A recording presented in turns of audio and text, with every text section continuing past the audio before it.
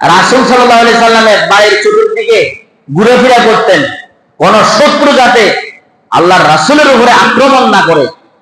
জিবরাইল আলাইহিস সালাম আয়েশা বলে, এ জিবরাইল, একদিন আল্লাহ রাসূলকে আসি বলে, ওই যে দূরে দেখা যায় সালার সব গায়ে দেনওয়ালা, ওই ব্যক্তিকে কি আমরা চিনেন?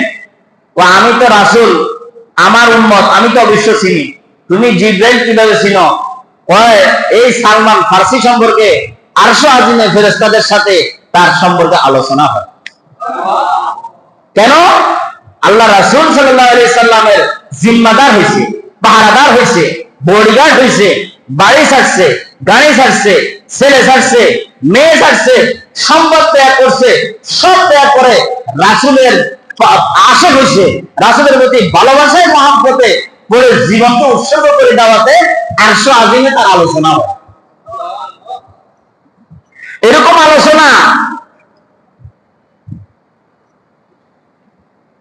আলোচনা হযরত আবু যরের ব্যাপারে হয়েছে। হযরত আবু যর বড় দামি সাহাবী।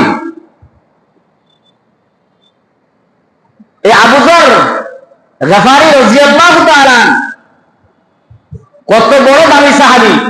আরে ভাই, আমরা কিছুই না, তাদের তুলনায় আমরা ধুলাবালিও না,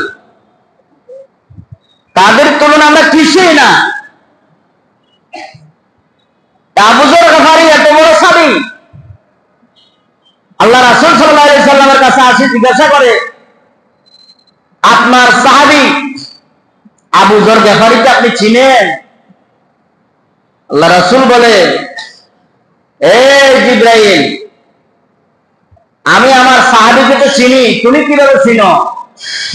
কয়, আল্লাহ রাসূল সাল্লাল্লাহু আলাইহি সাল্লামকে আবু জিবরাইল বলে, ইয়া রাসূলুল্লাহ, ইয়া হাবিবাল্লাহ, আল্লাহর দোস্ত, আপনার সাহাবী আবু যরকে আমি একা চিনি না। আকাশের যত ফেরেশতারা আছে, যত কোটি কোটি ফেরেশতা, সমস্ত ফেরেশতারা আপনার সাহাবী আবু যরকে চিনে। আরো জোরে বলেন না সুবহানাল্লাহ। কি বলে, কিভাবে চিনে, কেন চিনে এত ফেরেশতা? বলে, তিনটা কারণে আবু যর গফারিকে চিনে।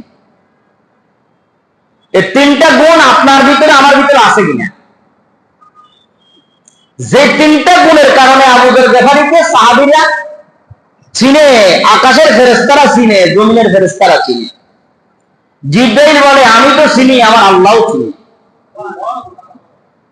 বলে, এক নাম্বার কারণ